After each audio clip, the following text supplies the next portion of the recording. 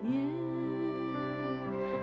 de plus ardent, viens, n'être de plus dans ton cœur, viens, tel que tu es ardent, viens.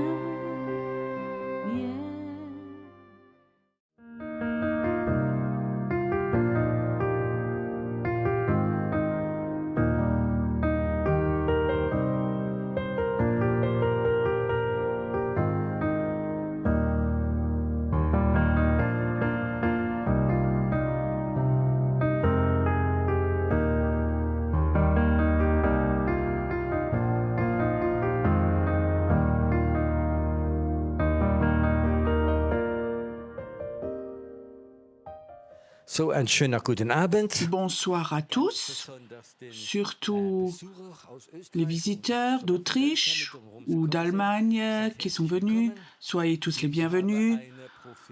J'ai un message prophétique d'un prophète et il s'appelle Ésaïe.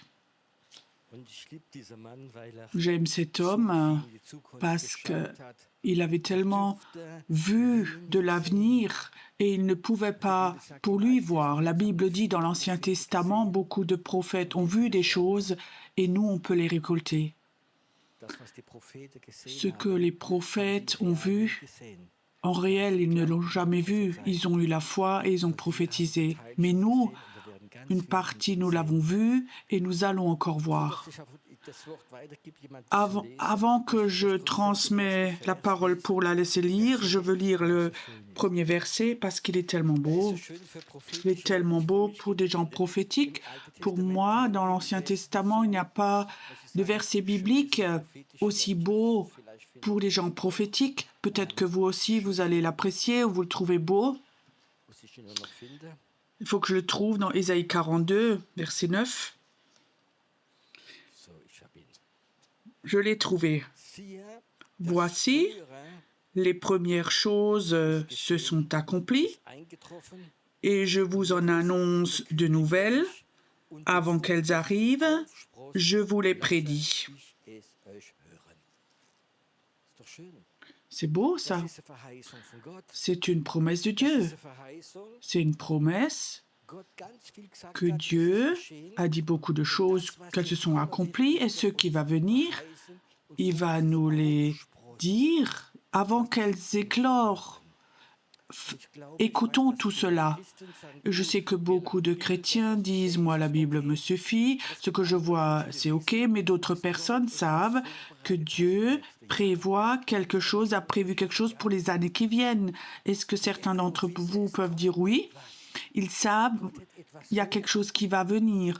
Dieu a prévu quelque chose et la Bible dit, et pour moi c'est un verset très fort, « Je suis obligé, dit Dieu, à mes prophètes et à mes apôtres, à mes serviteurs, de leur dire l'avenir.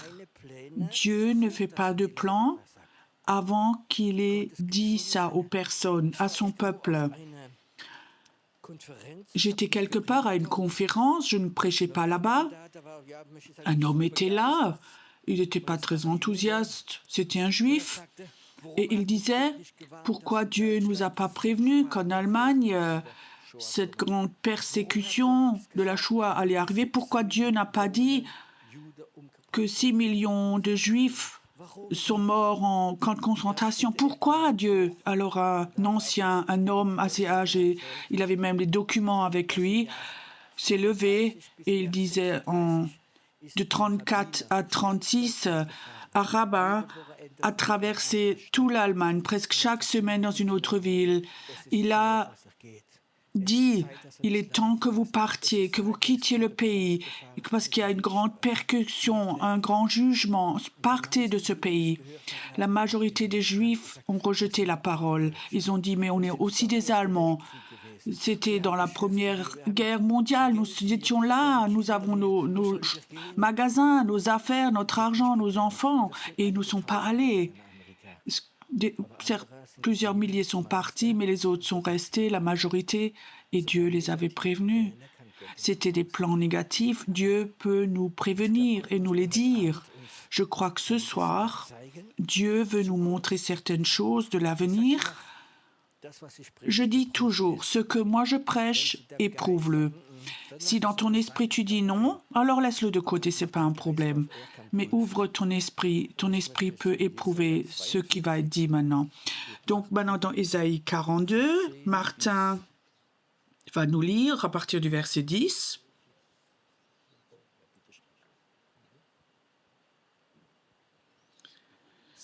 Chantez à l'Éternel un cantique nouveau.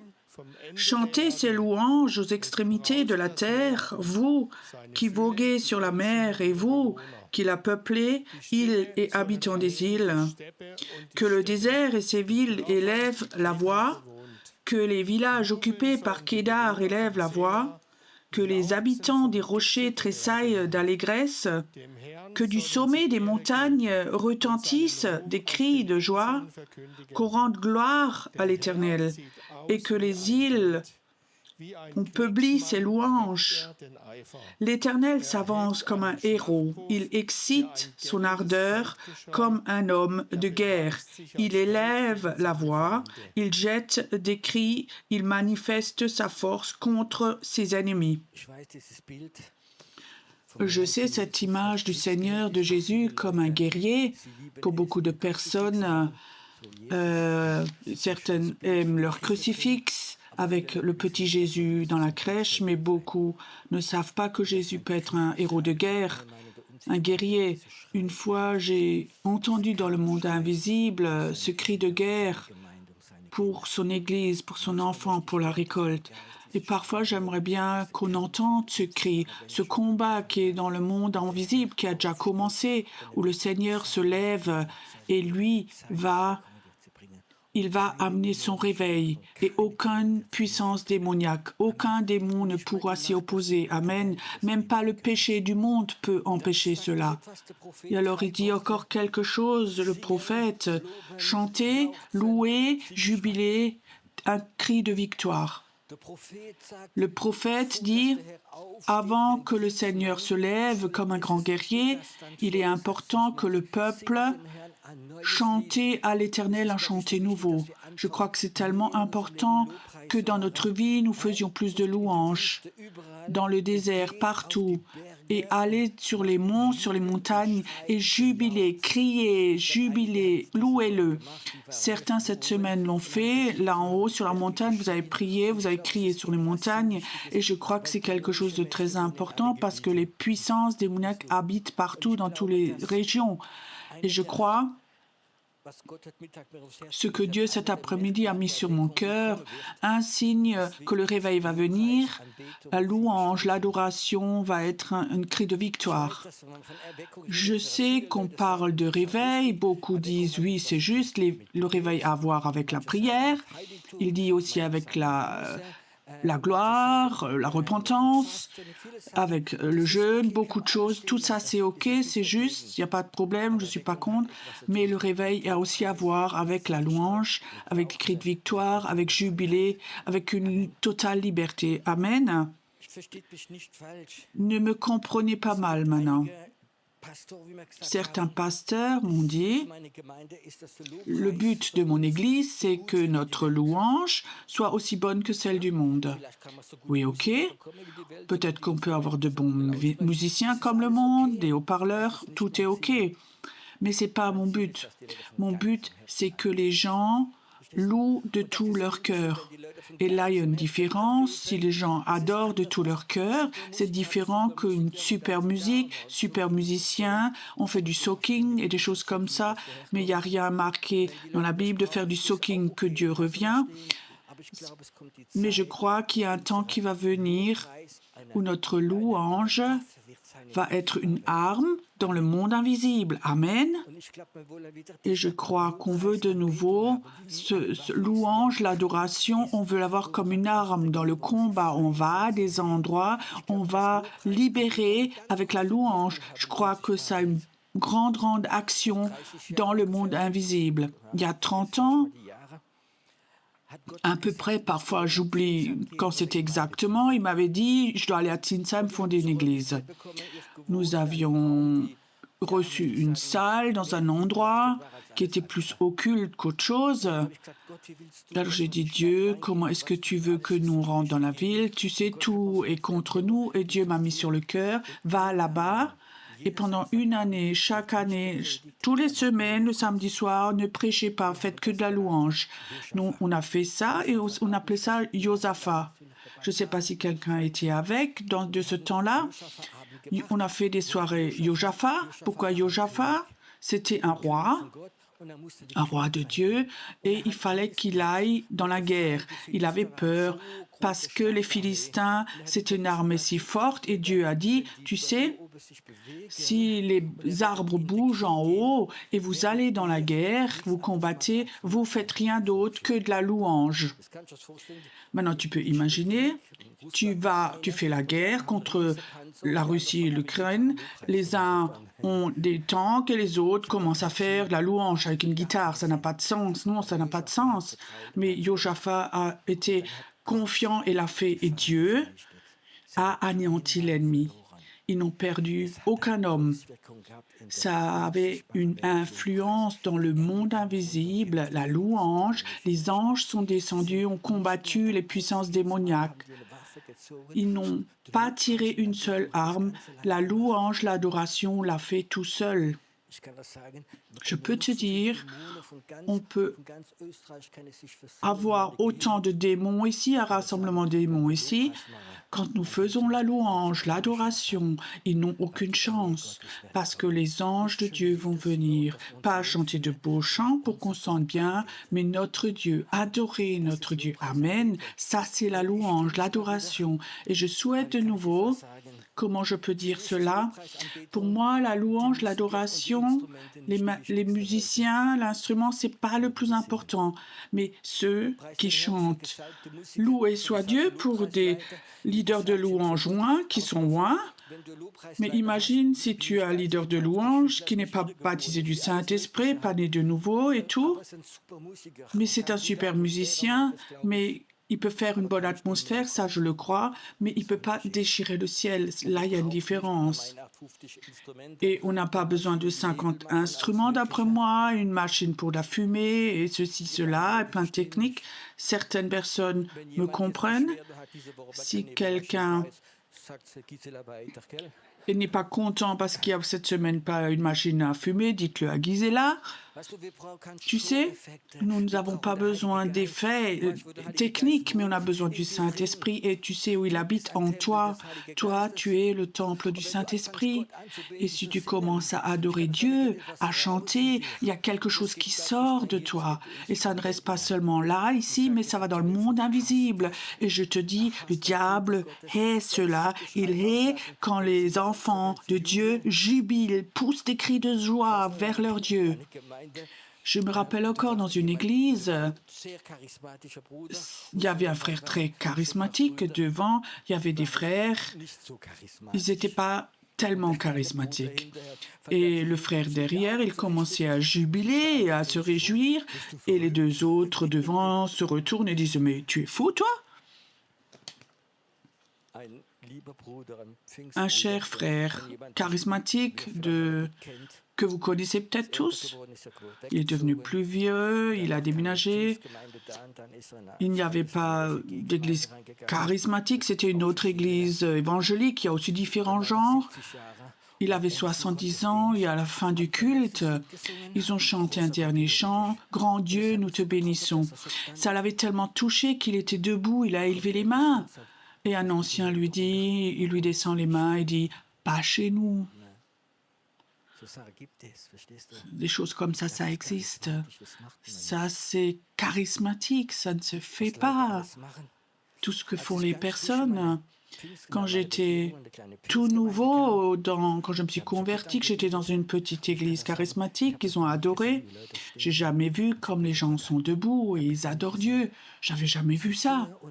Quand ils chantent, ils ferment les yeux et ils adorent leur Dieu. J'avais jamais vu, je les regardais J'étais humain et j'étais choquée, mais je sentais et je savais, il y a quelque chose qui vient, il y a quelque chose qui est là, il y a quelque chose qui est vraiment là.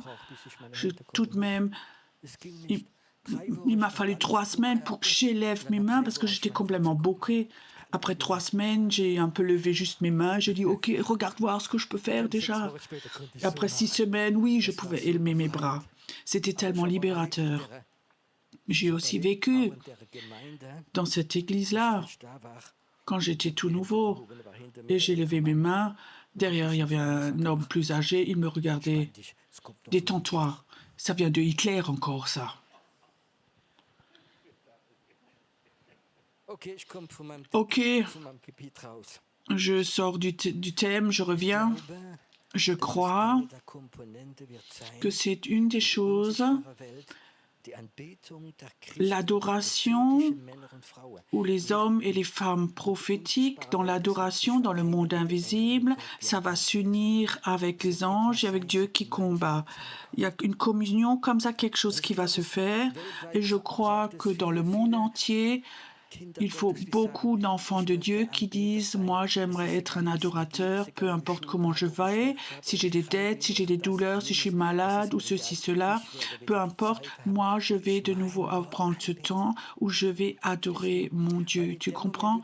Parce que dans ce moment où tu le fais, tu te lies avec le monde invisible, avec ces anges guerriers de guerre, pour dégommer, tuer les puissances démoniaques et elles vont être tuées. Louer, adorer, aller dans les monts, dans les vallées, jubiler, adore, je crois que c'est quelque chose qui est tellement important. Tu sais, je sais que beaucoup d'hommes et de femmes sont là. Parfois, on se pose la question, est-ce qu'on n'est pas un peu trop extrême, un peu fou avec ce monde invisible et tout? Je veux juste vous raconter un exemple. Il y a un certain temps, un matin, je me suis réveillée, Dieu me dit, va à Ikea. Je dis oui, ok, c'est pas trop difficile ça. Prends ton petit déjeuner là-bas. Ok, je suis allée là-bas au restaurant pour déjeuner. Je suis rentrée, vous connaissez sans doute tous le restaurant de Ikea, c'est très grand, on pouvait mettre 300 personnes. Donc, pour prendre mon petit déjeuner, j'ai presque oublié la mission de Dieu parce que le saumon est tellement bon. Et tout d'un coup, je me rappelle, oui, Dieu, tu m'as envoyé ici. Alors, il me dit, appelle les anges. Et je dis, appelez les anges. Oui, oui, appelez les anges. Alors j'ai commencé à prier, anges de Dieu venaient et ils sont venus. La première des choses que j'ai remarqué, ça devenait tout calme dans la salle. Tu sais, quand deux femmes prennent leur petit déjeuner, oui, il y avait quelques enfants aussi. Les hommes travaillent, gagnent l'argent, et tout d'un coup, ça devenait de plus en plus calme. Je disais oui, ça j'ai déjà vu. Et le Seigneur dit, regarde, la table à côté, il y avait une dame, elle a commencé à pleurer.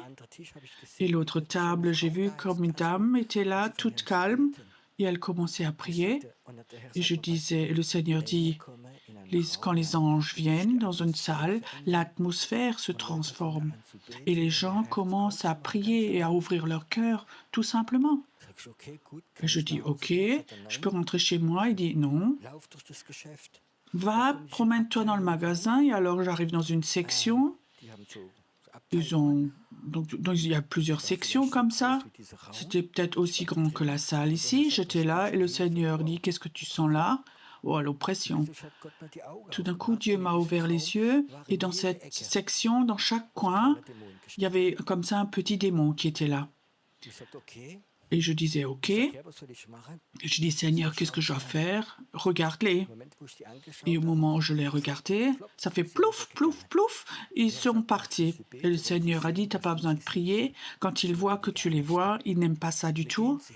Alors ils partent. Alors je suis rentrée chez moi, j'ai dit, Seigneur, pourquoi est-ce que dans cette salle maintenant il y a des démons? Il dit, tu sais, il y a des gens occultes, ils peuvent aller dans tous les endroits et comme toi tu as appelé des anges, ils appellent des démons dans les coins. Il faut que tu saches, il y a un monde spirituel. Et ce monde spirituel, tu n'es pas protégé parce que tu vas à l'église ou membre d'une église. Il faut que tu saches, il s'agit, c'est un combat, c'est une guerre entre la lumière et les ténèbres. Il faut que tu saches cela. Et nous, on a comme mission, et les chrétiens doivent arrêter d'être religieux et d'avoir ces impulsions prophétiques et de les faire. Quand Dieu t'a appelé à être un adorateur, alors adore. Si Dieu t'appelle à apprendre à faire de la musique pour l'adoration, fais-le. Si tu as un groupe de prière, arrête toute l'année d'être dans ton salon, de faire du café gâteau, mais sortez et allez à des endroits que Dieu vous montre. Fêtez la Sainte Seine, emmenez vos chauffards et là-bas faites la louange et jubilez et criez. Vous allez voir comme vous allez faire un chaos dans le monde invisible. Les démons vont apprendre à vous connaître s'ils ne vous connaissent pas. Tu sais pourquoi? La louange, l'adoration, c'est une attaque dans le monde démoniaque. Pourquoi? Le diable n'a qu'une idée. Il veut être adoré, c'est juste. Le diable voulait toujours, il est jaloux des humains et il veut être adoré. Et qu'est-ce que veut Dieu? Dieu veut aussi être adoré. Et si nous on adore notre Dieu, je peux te dire, nous rendons notre Dieu fort dans le monde invisible. Le combat spirituel est là. Et je peux te dire, arrêtez d'être devant le mur de lamentation, d'être de mieux en mieux dans votre monde religieux, mais commencez à adorer. Et je peux te dire, une grande partie des péchés, tu ne penseras même plus. Si le soir tu es quelque part, tu as adoré 2 heures, tu n'as plus envie de rentrer chez toi et de regarder des films sales à la télé, c'est juste. Mais de dire tu n'as pas le droit à ça, pas le droit à ça, c'est difficile. Mais quand tu es dans la présence de Dieu régulièrement, tu libères quelque chose. Et là, il est écrit, nous devons jubiler, crier, adorer, chanter des nouveaux chants. Et alors le Seigneur va se lever comme un guerrier, comme un homme de guerre, il va se combattre. Je crois que nous, parfois, en tant que chrétiens, nous avons trop combattu. Tu sais, j'ai appris, quand je vois des puissances démoniaques ou des démons, je ne le chasse pas juste comme ça. Alors je demande d'abord, Seigneur, qu'est-ce qu'il fait là? Tu as une mission pour moi? Tu comprends? Parfois, Dieu voudrait me montrer ou toi, ou tu pries pas forcément contre. Dieu, il veut te montrer, te dire comment faire, et parfois il veut nous montrer et lui va venir, ou des anges vont venir. Dans la nuit, une fois, je me suis réveillée, et le Seigneur me dit, je veux t'emmener. Et alors je suis sortie, j'étais assise sur mon lit, je suis sortie de mon corps, je suis montée et tout un moment j'ai voyagé et j'arrive au-dessus d'une ville, je la vois d'en haut, il y avait une lumière et je descends doucement et je demande au Seigneur, je suis où? Il me dit à Moscou. Et j'étais là dans cette ville à 2h, 3h du matin. Et j'étais dans une allée comme ça, il y avait des lumières de chaque côté, il n'y avait personne qui était là. Je commençais à marcher dans cette allée et je voyais comme les anges à droite et à gauche. C'est comme s'ils me regardaient avec joie, comme s'ils m'attendaient, qu'ils m'attendaient. Et je marche et je continue. Et j'arrive à un grand croisement et il y avait un immense trou. Et je regardais dans ce trou et je disais que c'est quoi? Oui, c'est l'entrée de l'enfer. Et il y avait vraiment le feu là en bas. Et je disais, Seigneur, qu'est-ce que je dois faire? Il dit, ferme le trou. Le trou avait sans doute 20 mètres de diamètre. Je dis, mais comment je dois faire? Appelle des anges. Je disais, Seigneur, ok. Alors je disais, ange, Dieu, descendez, fermez le trou. Et en peu de temps, les anges sont venus, ont fermé le trou avec du béton, comme une chape de béton. Ils ont complètement fermé. Et je disais, Seigneur, qu'est-ce que ça signifie? Ils disent, tu sais, c'est un endroit où beaucoup de gens démoniaques sont venus pour chercher leur puissance, construire leur hôtel et faire plein de choses, et je voulais que ce trou soit fermé. Et je dis, mais pourquoi les anges ne l'ont pas fait? Pourquoi moi je dois venir? Il disait, les anges ont besoin de vous.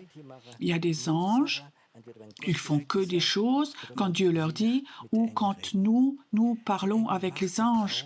Les anges attendent que toi, tu agisses. Les anges sont là et se réjouissent quand tu as une mission de Dieu d'aller dans une ville, et ils se réjouissent quand tu fais de la louange, l'adoration et que tu donnes tout l'honneur à ton Dieu. Vous savez que les anges sont là ce soir? Est-ce que tu peux les sentir, le réaliser? Beaucoup d'anges sont là ce soir et ils se réjouissent de ce message. Ils se réjouissent que nous, après, nous allions adorer, parce que nous sommes une grande aide pour eux quand nous les adorons, quand on chante « Lève-toi, ô Dieu ». Laisse les ennemis fuir devant toi. Les anges sont là ce soir. Ils sont bienvenus au nom de Jésus-Christ.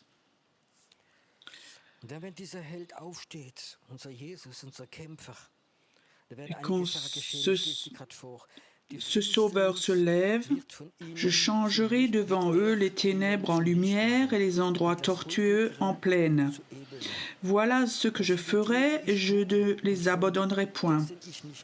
Ils reculeront et ils seront confus, ceux qui se confient aux idoles taillées, ceux qui disent aux idoles de métal fondu, « Vous êtes notre Dieu ».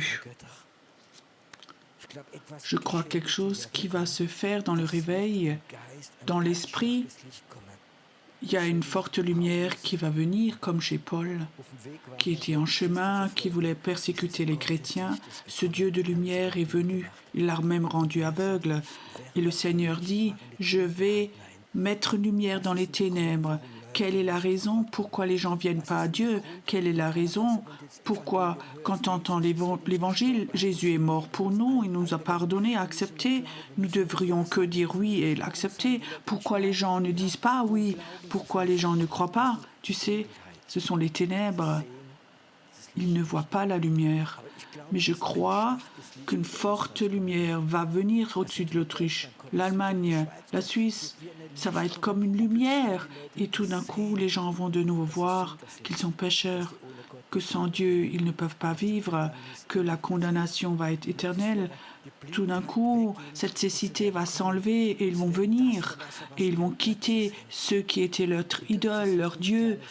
Les idoles, c'est pas forcément une petite statue, je sais même plus, il y a 200 peut-être dans chaque Aldi, chaque client recevait à la caisse un petit Bouddha. Tu imagines, ils sont rentrés chez eux et ils ont merci que j'ai mon petit Bouddha. Quand tu traverses les rues de l'Allemagne, des belles maisons, ils ont presque tous comme ça les statues Bouddha devant eux ou un autre Dieu.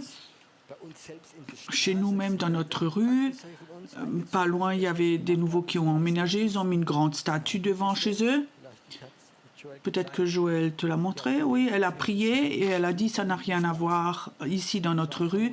2-3 mois après, c'était enlevé et les gens ont déménagé de nouveau. Nous avons de l'autorité. Nous ne voulons pas avoir de faux dieux et eux trouvent ça tellement cool. Dans chaque sauna, hôtel où on fait du wellness, c'est le temps. Les gens sont aveugles. Il y a 50 ans, en Autriche, partout, il y avait des croix. Qu'est-ce qui s'est passé? Les ténèbres sont devenues de plus en plus puissantes. En Allemagne, c'était même qu'ils ont interdit la croix dans les écoles et dans les tribunaux. Les ténèbres sont là. Mais la lumière va venir et les gens vont voir si nous nous levons et arrêtons d'être dans cette passivité religieuse. Il est temps que nous nous levions. Il est temps que nous faisions de nouveau la louange, l'adoration, pas seulement pour nous, mais pour Dieu et pour le monde invisible. Vous comprenez? Je dis toujours, si les chrétiens n'ont aucune notion du monde invisible, et ils ont un peu de notion de ce monde invisible et ils ne voient pas ce qui se passe. Alors je peux imaginer que les chrétiens perdent courage. Mais quand on voit un peu dans le monde invisible et qu'il y a un combat, les puissances démoniaques, là en bas, ils sont dégommés, tombent sur la terre, que les ténèbres deviennent plus forts. Mais nous, on croit que notre Sauveur va venir. Nous croyons en ce réveil. Je ne sais pas pourquoi, mais j'aimerais... Pour certains d'entre vous, c'est peut-être la dernière soirée. Demain, nous avons les baptêmes. S'il y a un visiteur qui est là, qui n'est pas baptisé et veut le faire, tu peux venir devant, chez nous. Tu t'inscris chez les collaborateurs, peut-être quelqu'un est là. Ou c'est le bon moment que tu te fasses baptiser. Ce soir, j'ai un désir de prier que tes yeux spirituels s'ouvrent, que tu aies une sensibilité pour le monde invisible, pour ce monde spirituel d'esprit où il y a des démons, où il y a des anges, où le Saint-Esprit est là, où la sorcellerie règne, où des sacrifices occultes sont faits, où des choses sont maudites, où tu reçois une sensibilité, où tu commences à voir dans le monde invisible que Dieu veut te montrer.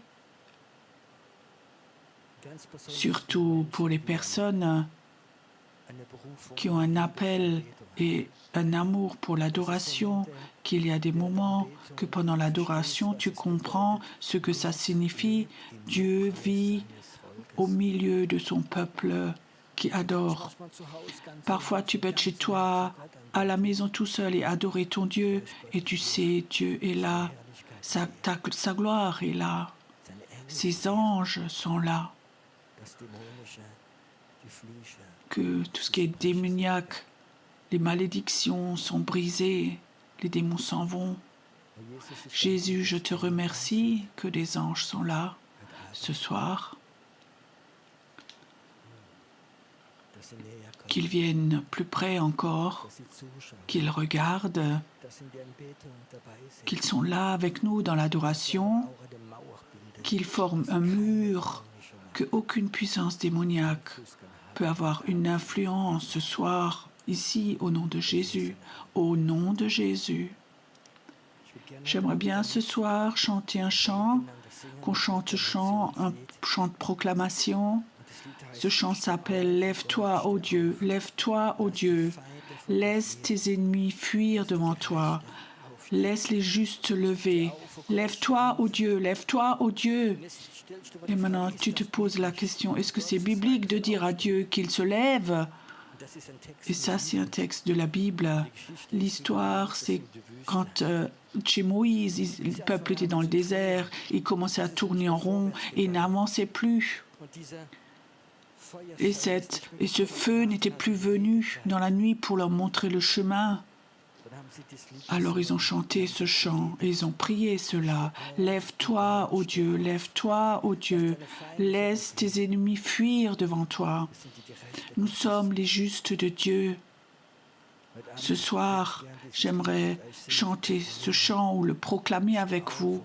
Lève-toi, ô Dieu, lève-toi ici à Mondsee, lève-toi en Autriche, lève-toi, que l'ennemi, ses puissances démoniaques fuient de ce pays et que la lumière de Dieu vienne, que les personnes te voient, qu'ils comprennent qu'ils sont perdus, qu'ils courent vers Dieu, que leurs choses occultes ne vont pas les aider, que leur maman ne va pas les aider, mais que toi seul, tu es le Sauveur, le seul chemin. Levons-nous un moment ensemble.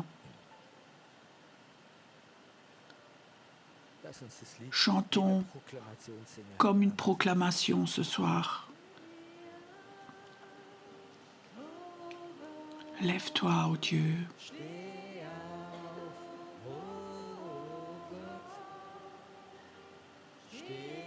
Lève-toi, ô Dieu.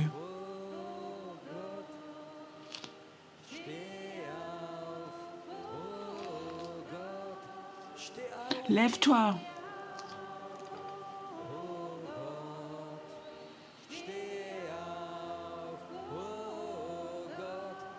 Lève-toi.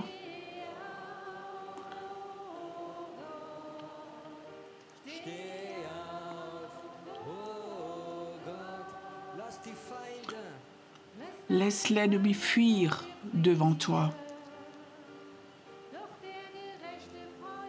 et que les justes se réjouissent. Oui, il se réjouit.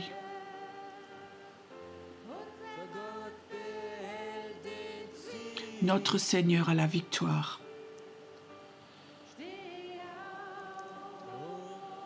Lève-toi, ô Dieu.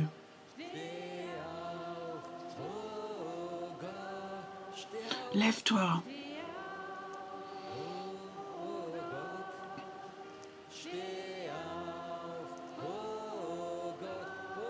Oh, proclame-le.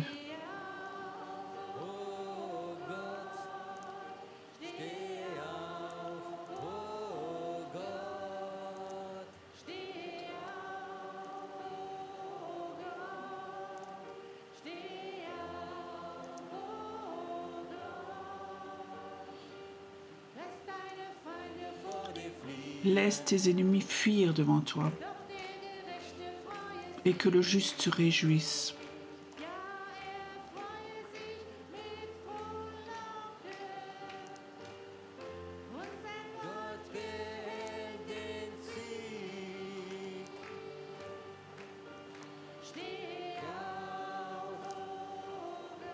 Lève-toi, ô Dieu. Lève-toi, ô Dieu. Lève-toi, ô Dieu. Oui, lève-toi.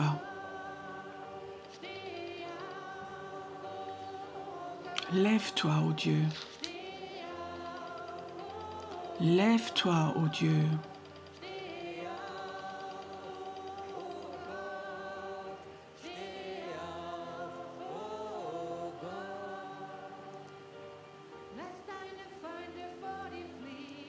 Laisse tes ennemis fuir devant toi. Que le juste se réjouisse.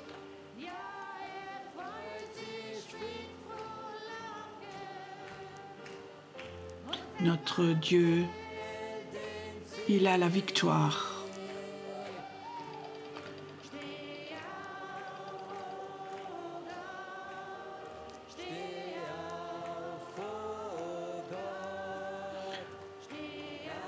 Lève-toi, ô Dieu.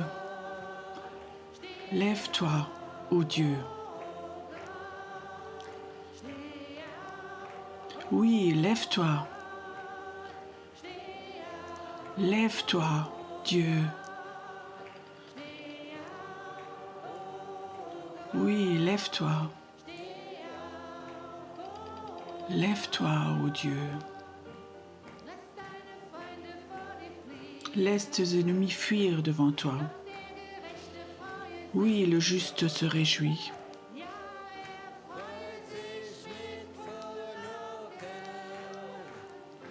Notre Dieu règne et il a la victoire.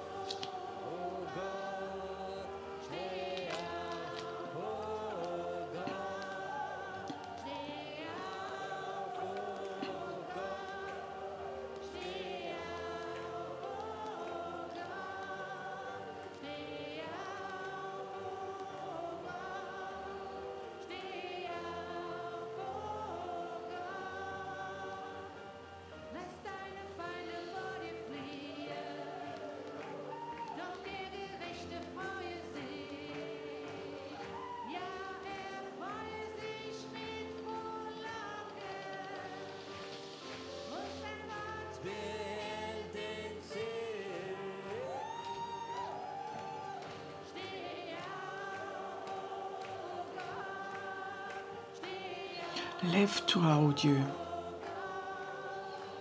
Lève-toi, Dieu.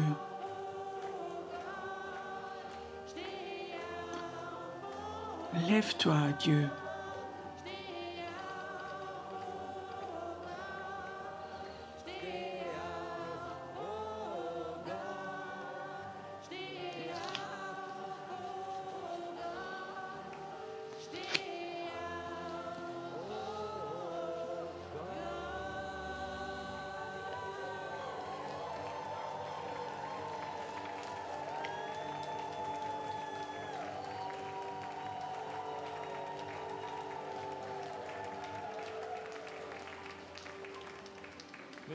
J'aimerais faire quelque chose avec vous. J'aimerais chanter encore une fois ce chant, qu'on le chante tous ensemble. Et quand je lève la main, j'aimerais que les hommes jubilent. C'est tellement fort que les femmes reçoivent peur. Ok? Lève-toi, ô Dieu.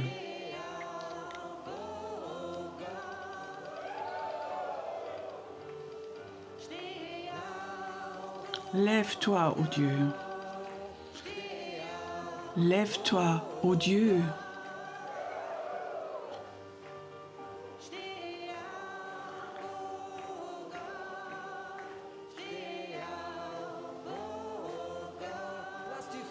Laisse les ennemis fuir devant toi.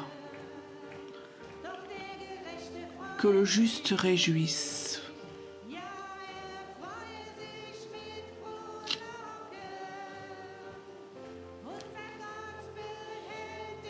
Notre Dieu garde la victoire, il a la victoire.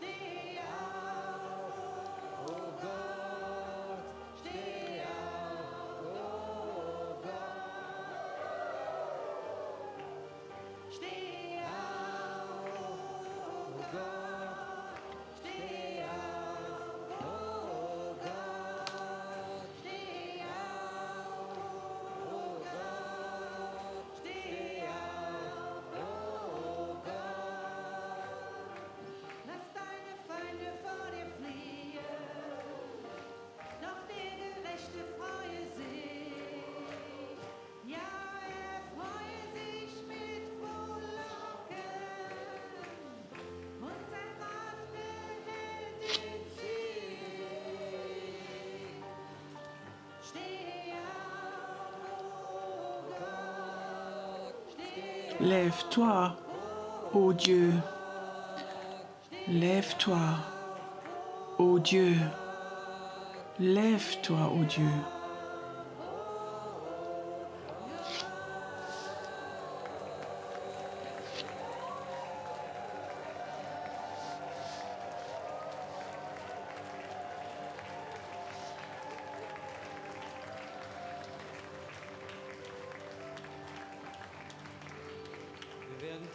Nous allons tout de suite continuer, avoir un temps d'adoration et de louange. Dieu va toucher certains d'entre vous, mais j'aimerais courtement encore vous raconter. Il y a plusieurs années, Dieu m'avait donné comme mission, au milieu de la ville de Mannheim, de construire une tente et d'évangéliser. Et les satanistes nous ont amené le message, si je fais cela, ils vont me tuer.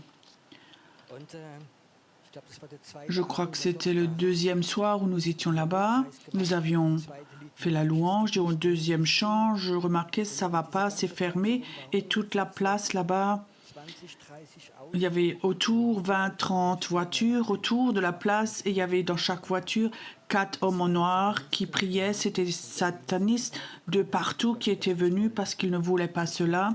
Et je remarquais dans la salle, il n'y a rien ce qui se passe dans la salle. Et je dis, Dieu, qu'est-ce que je dois faire? Il dit, Pierrot, prends tous les hommes qui sont là.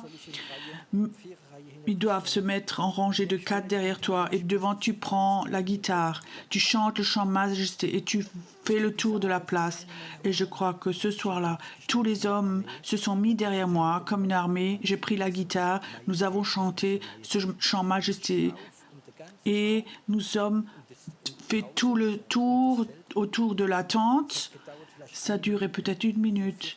40 voitures se sont allumées et sont parties. Je suis revenu dans la tente, je suis revenu. La gloire de Dieu est tombée alors. Et ce soir, beaucoup de personnes se sont converties. C'est un combat. Et le combat, c'est pas par la chair et le sang, mais notre combat est un combat dans l'esprit. Ce n'est pas quelque chose de l'intelligence, mais c'est quelque chose qui se joue dans le monde invisible avec le Saint-Esprit.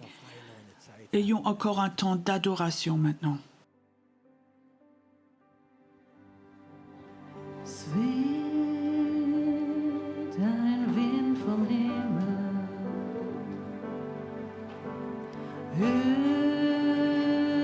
über unser Land, ein sanfter Duft des Lebens strömt auf uns herab. Ich weiß nicht, wo er kommt, weiß nicht, wohin er geht. Lass ihn wehen über mich.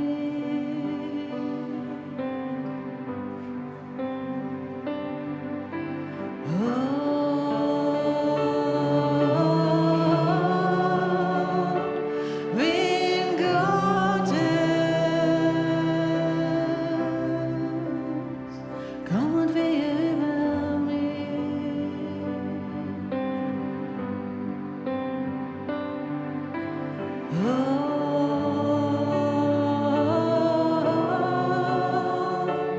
Wind Gottes, komm und wehe über mich.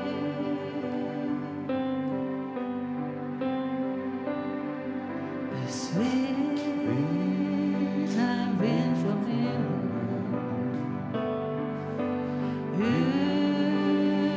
über unser Land,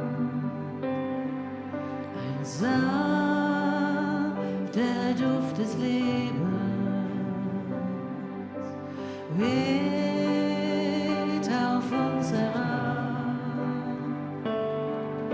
Ich weiß nicht, wo er kommt, weiß nicht, wohin er geht. Lass ihn wehen über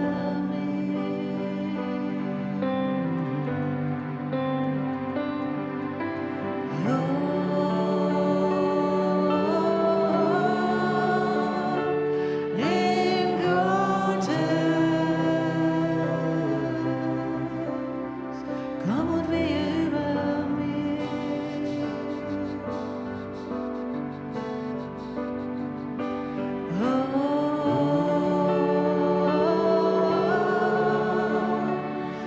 Wind Gottes, komm und wehe über mich.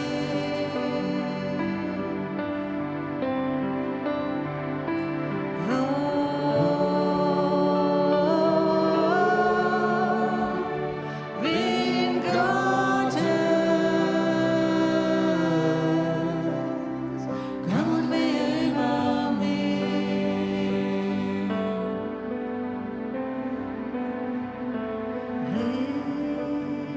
Regen fällt vom Himmel, Fluten von dem Thron, Gnadentropfen fallen, Liebe wie ein Strom, streckt dich aus zum Himmel, Wasser fließt herab, komm und fließe über mich.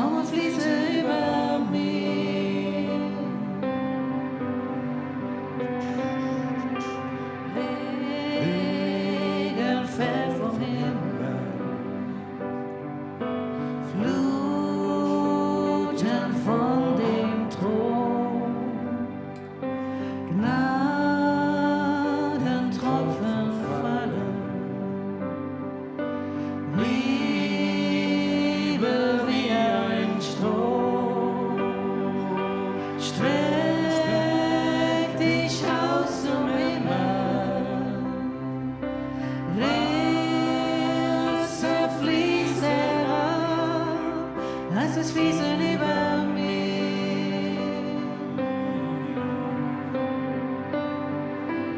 Oh,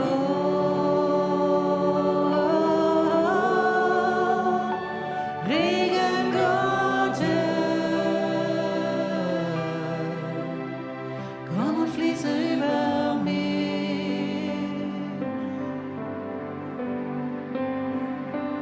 Oh,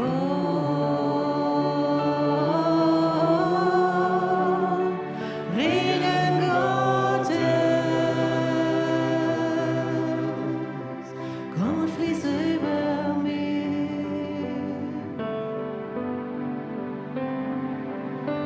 Oh,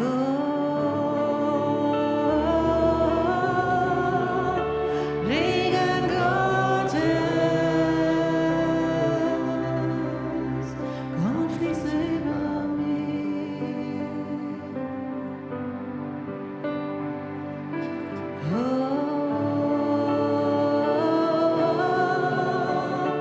Regen Gottes, komm und fließe über dieses Land, komm und fließe über dieses Land, über Österreich.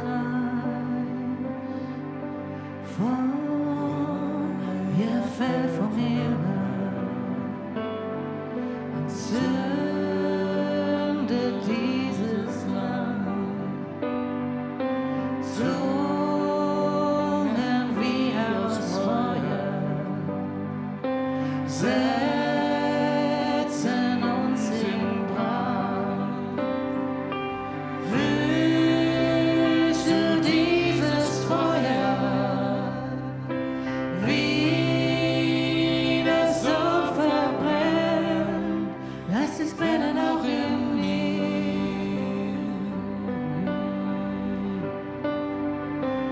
Oh,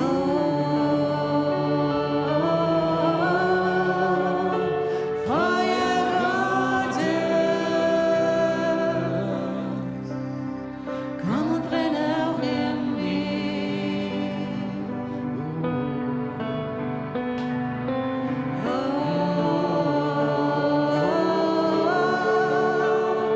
Feuer Gottes, komm und brenne auch in mir und dir. Oh,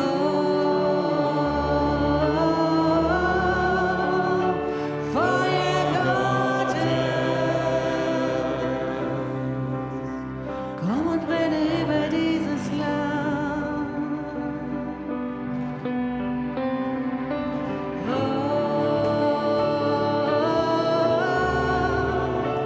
Feuer Gottes, komm und brenne auch in Österreich. Oh, Feuer Gottes, komm und brenne auch in Österreich. Komm und brenne auch in Österreich.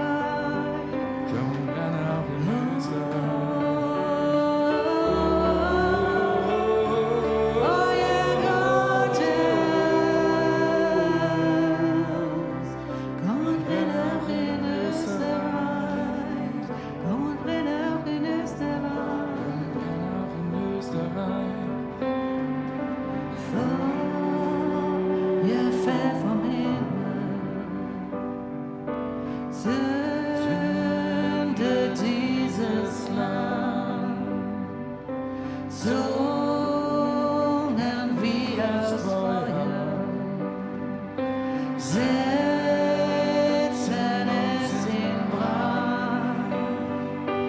Fühlst du dieses Feuer, wie das so verbrennt? Lass es brennen auch in mir.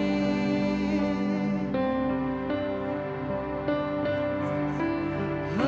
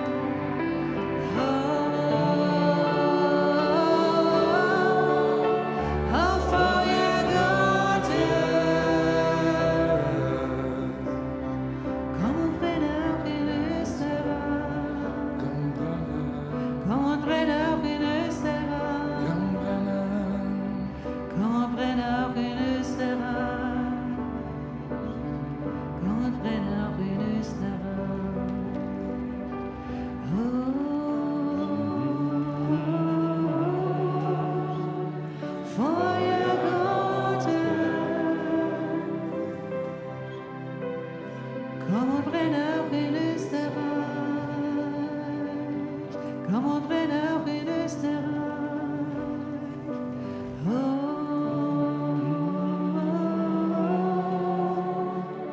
Feuer Gottes,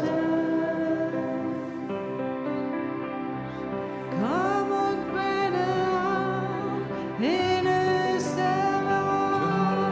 Entzünde dieses Land, entzünde dieses Land, entzünde dieses Land. Amen. Amen. Du bist groß, du tust große Wunder groß. Niemand anders ist wie du. Oh, niemand anders ist wie du. Denn du bist groß, du tust große Wunder groß. Niemand anders ist wie du. Oh, niemand anders ist wie du, denn du bist groß, du tust große Wunder groß. Niemand anders ist wie du. Oh, niemand anders ist wie du. Nur du bist groß, du tust große Wunder groß. Niemand anders ist wie du. Oh, niemand anders ist wie du. Nur du bist groß, du tust große Wunder. So groß. Niemand anders ist wie du. Niemand anders ist wie du. Nur du bist groß, du tust große Wunder. Niemand anders ist wie du. Niemand anders ist wie du, nur du bist groß, nur du bist groß, nur du bist groß, unser Gott. Nur du bist groß, nur du bist groß, nur du bist groß, unser Gott. Unser Gott, Nur du bist stark, du bist stark. nur du bist stark. Allein bist stark. Nur du bist stark, Herr, du bist stark. unser Gott. Nur du bist stark, nur du bist stark, nur du bist stark, unser Gott. Du hast den Sieg, Hast den Sieg. du hast den Sieg. Du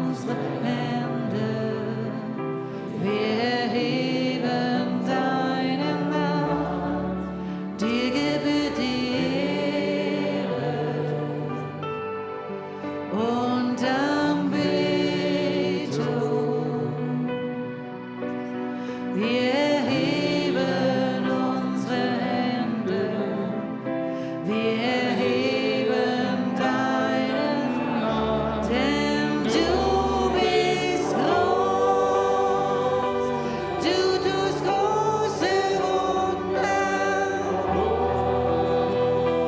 Niemand anderes ist wie du. Oh, niemand anders ist wie du, denn du bist groß. Du tust große Wunder. Niemand anders ist wie du. Niemand anders ist wie du, nur du bist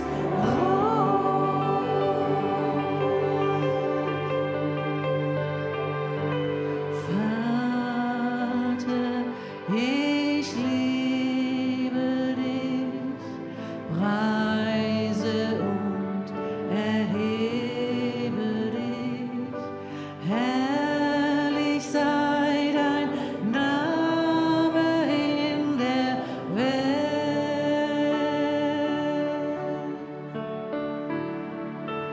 Herrlich sei dein Name, herrlich sei dein Name, herrlich sei dein Name in der Welt. Vater, ich liebe dich, preise und erhebe dich. Herrlich sei dein Name in der Welt.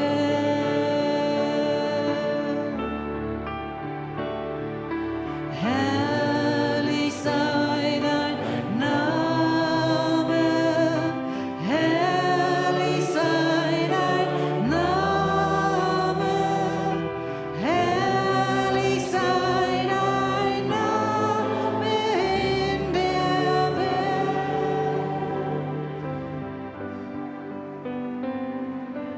Groß sei dein Name, groß sei dein Name, groß sei dein Name in der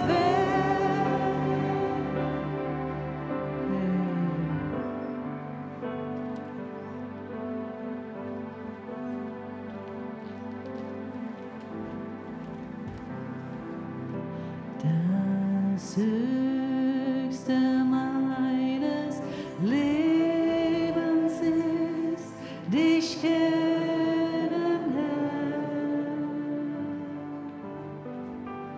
Das Höchste meines Lebens ist dich kennen, Herr. Dich kennen mehr und mehr, dich kennen mehr und mehr. Das Höchste meines Lebens ist dich kennen, Herr. Das Höchste meines Lebens ist dich kennen, Herr.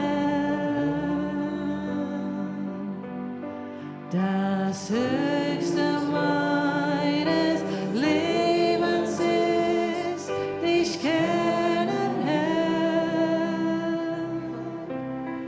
Dich kennen mehr und mehr, dich kennen mehr und mehr. Das Höchste meines Lebens ist dich kennen, das Höchste meines Lebens ist. Oh, dich lieben, Herr.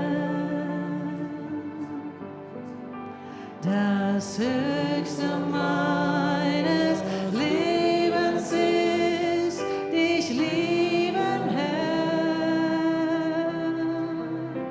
Dich lieben mehr und mehr. Dich lieben mehr und mehr. Das Höchste meines Lebens ist, dich lieben, Herr. Dich lieben mehr und mehr.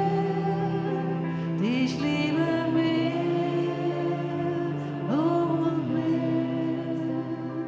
Das Höchste meines Lebens ist, dich lieben, Herr. Dich lieben mehr und mehr. Dich lieben mehr und mehr. Das Höchste meines Lebens ist, dich lieben, Herr.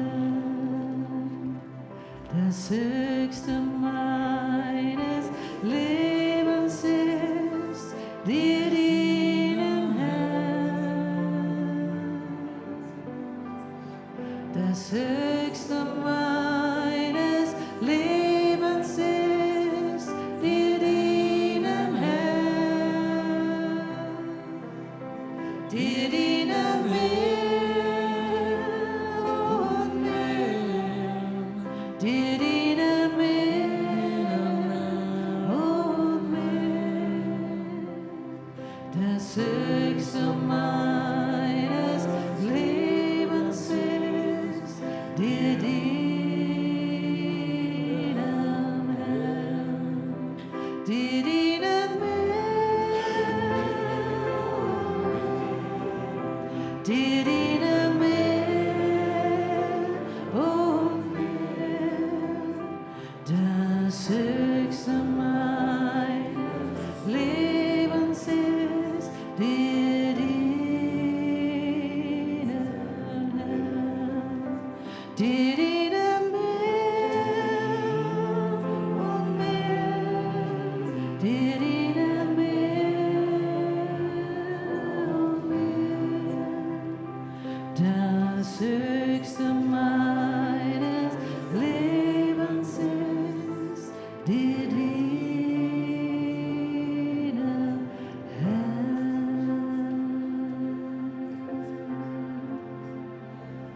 Oh,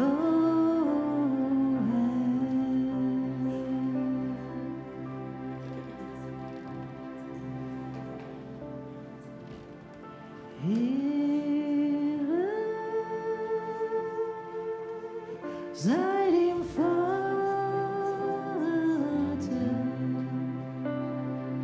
Ehre sei dem Sohn, Ehre sei dem Heiligen Geist, sei der in uns wohnt.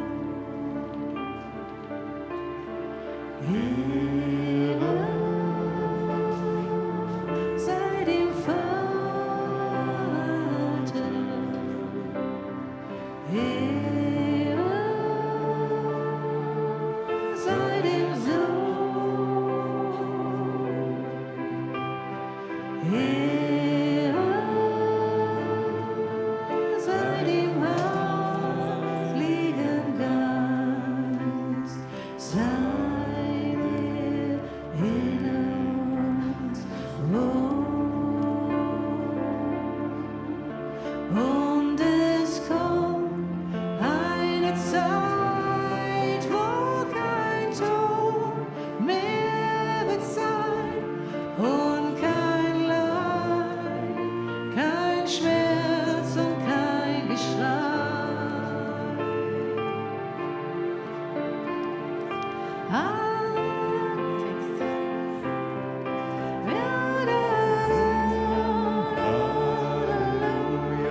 Wenn sie Gott, den Vater, sehen.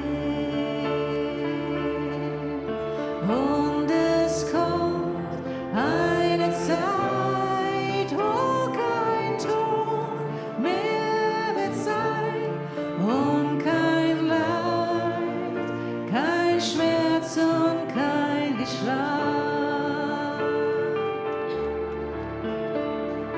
Gott wird bei uns wohnen und wir werden sein Volk sein. Gott wird bei uns wohnen und wir werden sein Volk sein. Und Gott selbst, Gott wird bei uns sein. Und er selbst, Gott wird bei uns sein. Ehre sei dem Vater, Ehre sei dem Sohn, Ehre sei dem Heiligen Geist, sei der in uns wohnt. Und es kommt eine Zeit, wo kein Tod mehr wird sein und kein Leid, kein Schmerz und kein Geschlag. Gott wird bei uns wohnen und wir werden sein Volk sein. Gott wird bei uns wohnen und wir werden sein Volk sein. Gott wird bei uns wohnen und wir werden sein Volk sein. Und er selbst, Gott